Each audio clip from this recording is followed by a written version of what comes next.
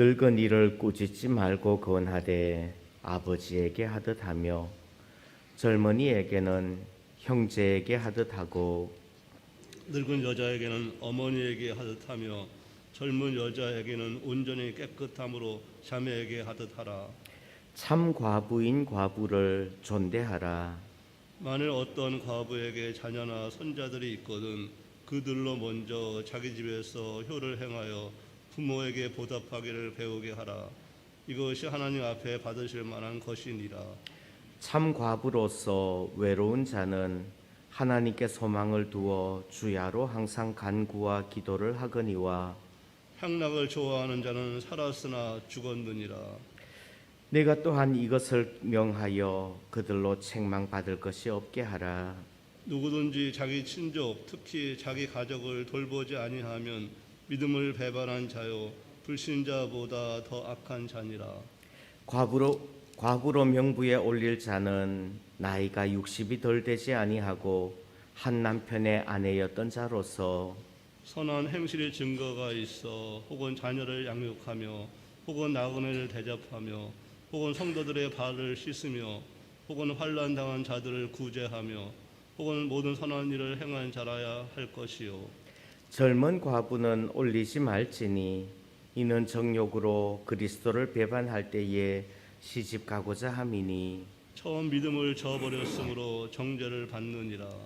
또 그들은 게으름을 입혀 집집으로 돌아다니고 게으를 뿐 아니라 쓸데없는 말을 하며 일을 만들며 마땅히 아니할 말을 하나니 그러므로 젊은이는 시집가서 아이를 낳고 집을 다스리고 대적에게 비방할 기회를 조금도 주지 말기를 원하노라.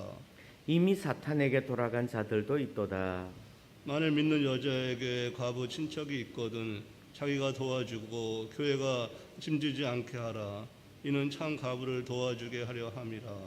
잘 다스리는 장로들은 배나 존경할 자로 알되 말씀과 가르침에 수고하는 이들에게는 더욱 그리할 것이니라. 성경에 일렀으되 곡식을 밟아 떠는 소의 입에 망을 씌우지 말라 하였고 또 일꾼이 그 삭을 받는 것은 마땅하다 하였느니라. 장로에 대한 고발은 두세 증인이 없으면 받지 말 것이요 범죄한 자들을 모든 사람 앞에서 꾸짖어 나머지 사람들로 두려워하게 하라. 하나님과 그리스도 예수와 택하심을 받은 천사들 앞에서 내가 엄히 명하노니 너는 편견이 없이 이것들을 지켜 아무 일도 불공평하게 하지 말며 아무에게나 경솔히 안수하지 말고 다른 사람의 죄에 간섭하지 말며 네 자신을 지켜 정결하게 하라. 이제부터는 물만 마시지 말고 내 위장과 자주 나는 병을 위하여는 포도주를 조금씩 쓰라. 어떤 사람들의 죄는 밝히 드러나 먼저 심판에 나아가고 어떤 사람들의 죄는 그 뒤를 따르나니. 같이 읽습니다. 이와 같이 선행도 밝히 드러나고 그렇지 아니한 것도 숨길 수 없느니라. 아멘. 아멘. 자, 다시 한번 복습합니다. 디모데전서는 바울의 서신서들을 분류할 때 어떤 서신으로 분류한다? 목회서신이라고 분류할 수 있습니다. 목회서신은 어떤 책들이 있어요? 디모데전서, 디모데후서, 그리고 디도서까지 세 권의 책을 목회서신이라고 할 때는요, 어떤 내용들이 많이 들어가는가 하면 목회를 할 때 어떤 지침을 가지고 목회를 할 건가, 목회를 할 때 어떤 힌트들을 주는, 도움을 주는 책이에요. 오늘 5장의 말씀도 목양의 지침을 주는 그런 책들이 교회에 있는 각각의 성도들을 어떻게 대해야 되는지 뭐 그런 것들이죠. 1절 2절 말씀 보시면요, 늙은 남자죠. 나이 많은 남자를 꾸짖지 말고 권하되 아버지에게 하듯 하며 젊은이에게는 형제에게 하듯 하고 나이 많은 여자에게는 어머니에게 하듯 하고 젊은 여자는 자매에게 하듯 해라 이런 이야기합니다. 그래서 가족처럼 한 가족처럼 대해라, 목회할 때 그렇게 해라 하는 이야기고요. 또 3절부터 16절까지 쭉 보면 과부에 대한 이야기를 해요. 과부에 대한 이야기. 왜냐하면 교회 안에서 이 과부에 대한 이야기는 굉장히 중요해요. 여러분들 구약 때부터 계속해서 교회가 또 믿는 자들이 도와줘야 될 사람들을 적어도 한 세 부류 정도 이야기를 해요. 혹시 아십니까? 누구죠? 고아와 과부와 나그네요. 이 세 부류의 사람들은 꼭 도와줘야 되는 사람들이에요. 왜요? 재산을 가지지 않고 땅을 가지고 있지 않기 때문에 그래요. 고아와 과부와 나그네들 도와줘야 될 사람들이죠. 근데 생각해 보십시오. 고아는 이제 나이 들어서 어른이 되면 자기 손으로 일해서 벌어먹고 살면 되죠. 나그네는 이 사람이 여기에서 계속 있을 사람이 아니에요. 얼마 있지 않아서 떠나서 자기 고향으로 돌아갈 사람이죠. 고아의 문제와 나그네의 문제는 교회 안에서 계속되어지는 문제는 아닐 수 있다는 말이에요. 근데 과부는 언제까지? 천국 가야지 해결되어질 문제라는 말이죠. 그래서 과부의 문제를 여기에서는 자세히 다루고 있어요. 과부를 교회에서 도와줘야 되는 거예요. 그런데 오늘 3절 말씀 보면 참 과부인 과부를 존대하라 이렇게 말을 해요. 또 5절 말씀에도 보면요. 5절 말씀에도 보면 참 과부로서 이런 말이 나오고 16절 마지막쯤에 보면요. 16절 마지막쯤에 보면 이는 참 과부를 도와주게 하려 함이라 이렇게 나와요. 과부도 참 과부가 있고 안 참 과부가 있나 봐요. 그럼 참 과부라는 건 어떤 사람들을 참 과부라고 그래요? 5절부터 이렇게 보시면요. 참 과부로서 외로운 자는 하나님께 소망을 두어 주야로 항상 간구와 기도를 하거니와 6절 향락을 좋아하는 자는 살았으나 죽었느니라. 참 과부로서 진짜 과부는 오직 예수님만 바라본다는 말이에요. 근데 과부는 과부예요. 과부는 과부인데 과부로 살지 않아. 그러면 참 과부가 아니라는 말이에요. 주로 어떤 사람들이요? 9절 말씀에 보면 9절 10절에 이렇게 말씀하죠. 과부로 명부에 올릴 자는 나이가 어떻게 해요? 60이 덜 되지 아니하고 한 남편의 아내였던 자로서 선한 행실의 증거가 있어 혹은 자녀를 양육하며 혹은 나그네를 대접하며 혹은 성도들의 발을 씻으며 혹은 환난 당한 자들을 구제하며 혹은 모든 선한 일을 행한 자라야 할 것이요.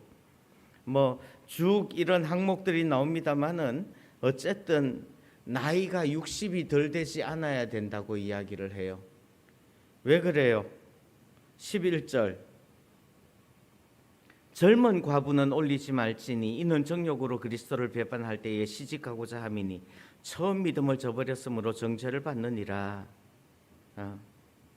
14절 그러므로 젊은이는 시집 가서 아이를 낳고 집을 다스리고 대적에게 비방할 기회를 조금도 주지 말기를 원하노라. 무슨 말이에요? 과부인데 이제 나이가 60이 넘어서 과부의 명부에 교회의 과부의 명부에 올리면요. 그러면 어떻게 돼요? 교회에서 그 매일의 구제에 빠지게 되면은 집사를 세우는 거죠, 그렇죠? 사도행전에 그런 이야기들이 나와요. 매일매일 먹을 것들을 교회가 제공해 줘라 이런 이야기예요. 그런데 그렇게 하려면요. 교회의 밥을 먹으면서 그렇게 하려면 교회에서 기도하면서 살아야 된다는 말이에요. 근데 그렇게 교회에서 주님만 바라보면서 기도하면서 살아야지 마땅한데 너무 젊으면 또 시집 가고 싶은 거예요. 그러면 안 된다는 말이죠. 그렇게 되면 어떤 이야기들이 나와요. 구설에 오르게 되죠. 구설에 오르게 되고 또 세상 사람들에게 손가락질 받을 수도 있고요. 그렇게 되면 교회에 덕이 안 돼요.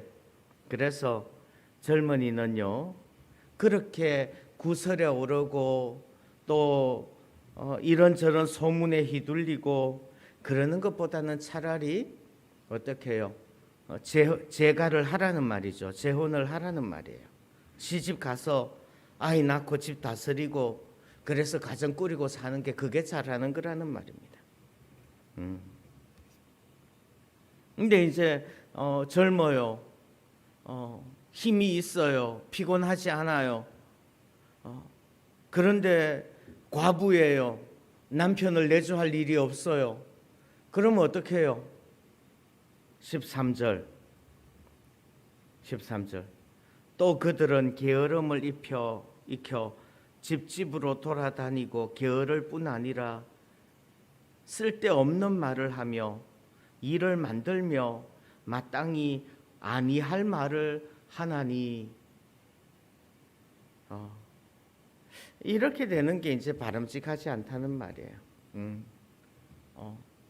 아직 젊기 때문에 육신적인 힘이 있고 피곤하지 아니하고 그러니까 어떻게 해요? 그렇다고 또 할 일은 없어요. 할 일은 없어요. 그러니까 집집으로 돌아다니면서 쓸데없는 말, 마땅히 아니할 말 이런 말들 하는 거예요. 바람직하지 않아요. 그래서 참 과부를 존대하고 그 참 과부는 어떤 사람이어야 되는지 그런 것들을 쭉 이야기를 하고요. 젊은이는 차라리 시집 가는 것이 낫다 이런 이야기를 합니다. 그러면 그 참 과부를 어떻게 도와줘야 될까요? 참 과부는 어떻게 도와줘야 돼요? 4절 말씀 보시면 이렇게 말씀합니다. 만일 어떤 과부에게 자녀나 손자들이 있거든 그들로 먼저 자기 집에서 효를 행하여 부모에게 보답하기를 배우게 하라. 이것이 하나님 앞에서 받으실 만한 것이니라. 과부인데 참 과부인데 자녀들이 있어요. 이제 60이 덜 되지 아니하며 60 이상의 과부의 자녀들이라고 그러면 이제 어느 정도 장성했을 거예요. 그렇죠? 그러면 그 자녀들이 홀로 계신 어머니 봉양해야 된다는 말이에요. 그게 마땅하다는 말이죠. 8절 말씀 보시면 이렇게 말씀을 합니다. 누구든지 자기 친족, 특히 자기 가족을 돌보지 아니하면 믿음을 배반한 자요 불신자보다 더 악한 자니라.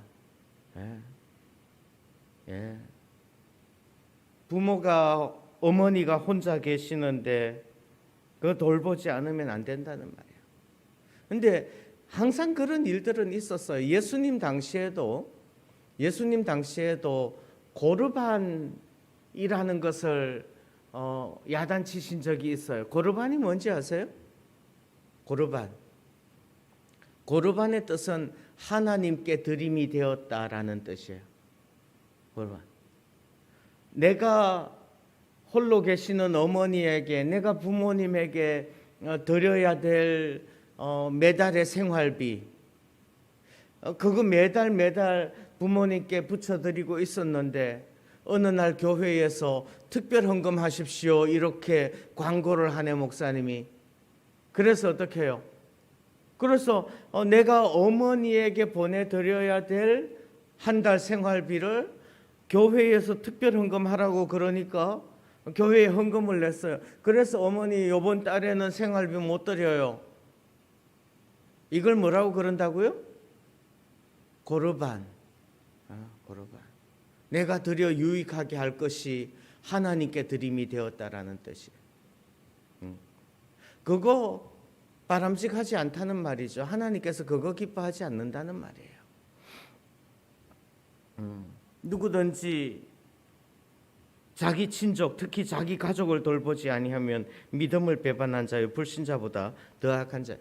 참 과부가 있다면요, 제일 먼저 그 사람을 도와줘야 될 사람은 누구예요? 자녀들이요. 자녀들. 그 다음에 또 보살펴 줘야 될 사람은 어떤 사람이에요? 16절 말씀 보십시오. 16절. 만일 믿는 여자에게 과부 친척이 있거든 자기가 도와주고 교회가 짐지지 않게 하라. 이는 참 과부를 도와주게 하려 함이라. 먼저는 자녀들이 도와주고요. 그리고 난 다음에는 믿는 친척들이 도와줘야 된다는 말이에요. 그도 저도 없을 때에는 교회에서 책임을 져야 된다는 말이죠. 그것이 교회 안에서 과부를 대하는 그런 모습들입니다. 자, 그 다음에 교회 안에서 목양 사역할 때 또 어떤 일들이 있을까요? 늙은 남자, 젊은 남자, 나이 많은 여자, 또 젊은 여자, 그리고 과부, 참 과부에 대하여서 이야기를 했고요. 17절부터는요. 17절. 잘 다스리는 누구요? 장로들은 배나 존경할 자로 알되 말씀과 가르침에 수고하는 이들에게는 더욱 그리할 것이니라. 장로들을 존경하고 존중해 줄 수 있기를 바랍니다. 그게 교회의 질서가 바로 서는 거예요. 또 19절 말씀 보시면요. 장로에 대한 고발은 두세 증인이 없으면 받지 말 것이요. 앞서서 일을 하다 보면요. 앞서서 일을 하다 보면 열심히 일을 하지만 스타일에 맞지 않는 사람들도 있을 수 있죠. 그러면 고발할 수 있어요. 그런데 장로에 대한 고발은 두세 증인이 없으면 고발 자체를 받지도 말라는 거예요. 받지 말 것이요. 만약에 그렇게 고발이 들어왔는데 아무리 장로라고 해도 20절 범죄한 자들은 모든 사람 앞에서 꾸짖어 나머지 사람들로 두려워하게 하라. 이게 이제 목회를 할 때 이렇게 하라고 지침을 내려주는 것입니다. 또요, 바울이 디모데에게 목회의 어떤 지침을 줄 때 어떤 이야기를 해요? 20절 우리 20절 한번 같이 한번 읽어봅니다. 21절 같이 읽어봅니다. 시작. 하나님과 그리스도 예수와 택하심을 받은 천사들 앞에서 내가 엄히 명하노니 너는 편견이 없이 이것들을 지켜 아무 일에도 불공평하게 하지 말며. 엄히 명한데요. 하나님 앞에서, 그리스도 예수 앞에서, 또 택하심을 받은 천사들 앞에서 엄히 명한데요. 이런 엄한 명령은요, 나중에 디모데 후서 4장에 가서 내가 엄히 명하노니 너는 말씀을 전파하라 이렇게 나오는 구절이 있어요. 엄한 명령은 그거였는데 여기서도 엄하게 명령을 한대요. 그게 뭐예요?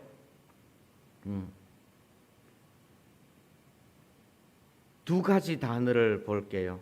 엄히 명하노니 너는 뭐가 없이?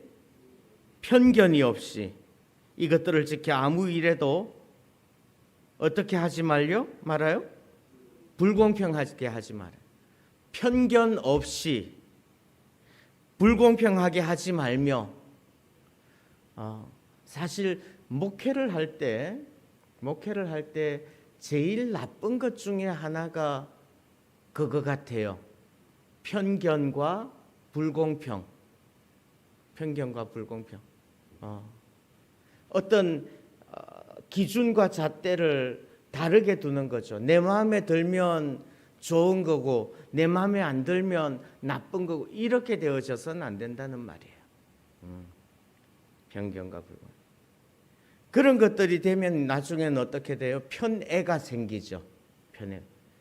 편견, 불공평, 편애 이런 것들은요 공동체를 깨뜨리는 것이 되어질 거예요. 그래서 목회할 때 그거 조심해라 이런 이야기하죠. 22절 아무에게나 경솔히 안수하지 말고 다른 사람의 죄에 간섭하지 말며 네 자신을 지켜 정결하게 하라. 경솔히 안수하면요 어떤 사람은 안수를 하고 어떤 사람은 안수를 안 하면 나중에는요 저 사람이 편애하는 게 아닌가 이런 느낌이 들 수도 있다는 말이죠. 또 다른 사람의 죄에 간섭하지 말래요. 그 앞에서는요 20절에서는 범죄한 자들은 모든 사람 앞에서 꾸짖어 나머지 사람들로 두려워하게 하라 이렇게 되어져 있는데요. 이건요 20절은 그 앞에 19절을 봤죠. 장로에 대한 고발은 두세 증인이 없으면 받지. 고발이 되어졌어요. 고발이 되어졌는데 되어진 고발이 진짜예요. 그래서 범죄가 드러났어. 그러면 꾸짖어야 돼요. 그랬는데 22절 다른 사람의 죄에 간섭하지 말며 저 사람이 지금 뭔가 좀 잘못하는 것 같아. 그러나 고발이 되어지지도 않았고 숨어서 하고 있는 건데 내가 눈치를 챘어. 그랬을 때에 굳이 그것에 대해서 간섭하지 말라는 말이야. 그 대신에 어떻게 해요? 그거 보면서 반면 교사를 삼아서 네 자신을 지켜 정결하게 하라는 말이에요. 왜요? 24절 어떤 사람들의 죄는 밝히 드러나 먼저 심판에 나아가고 어떤 사람들의 죄는 그 뒤를 따르나니. 무슨 말이에요? 죄를 지으면 빨리 들키는 사람도 있고 좀 늦게 들키는 사람도 있을 거예요. 그러나 그 죄가 영원히 숨겨지지는 않을 거라는 말이죠. 25절 이와 같이 선행도 밝히 드러나고 그렇지 아니한 것도 숨길 수 없느니라. 선행을 행하든지 죄를 짓든지 그것은 분명히 조금 빠르고 조금 느리고가 있을지언정 밝히 드러날 거라는 말이에요. 여러분들 이 말씀들을 이렇게 기억하면서 우리도 교회 안에서 어떻게 생활하고 어떻게 주님을 바라볼 것인지 한 번쯤 묵상하면 좋겠습니다. 기도하겠습니다. 하나님 아버지 감사합니다. 오늘도 한 장 성경을 읽었습니다. 하나님의 말씀을 가슴에 품고 또 하루를 살게 하시고 오늘 하루 온전히 주와 동행할 수 있도록 주님 인도하여 주옵소서. 아버지여 우리가 교회의 모든 성도들을 대할 때에 정말 한 가족들처럼 한 형제들처럼 그렇게 대할 수 있도록 은혜 베풀어 주옵시고 편견 없이 불공평하게 하지 않을 수 있도록 주님 인도해 주시기를 원합니다. 무엇보다도 우리 자신을 지켜 정결하게 할 수 있도록 도와주시어서 죄에 빠지지 않게 하여 주옵시고 항상 하나님 바라보며 주님 앞에서 살아갈 수 있도록 힘더하여 주옵소서. 이 새벽에 주님 전에 나와 기도하는 모든 성도들의 기도마다 주께서 다 들으시고 응답하여 주옵소서. 주께 감사 찬송 영광 돌려드리옵고 예수님의 이름으로 기도하옵나이다. 아멘.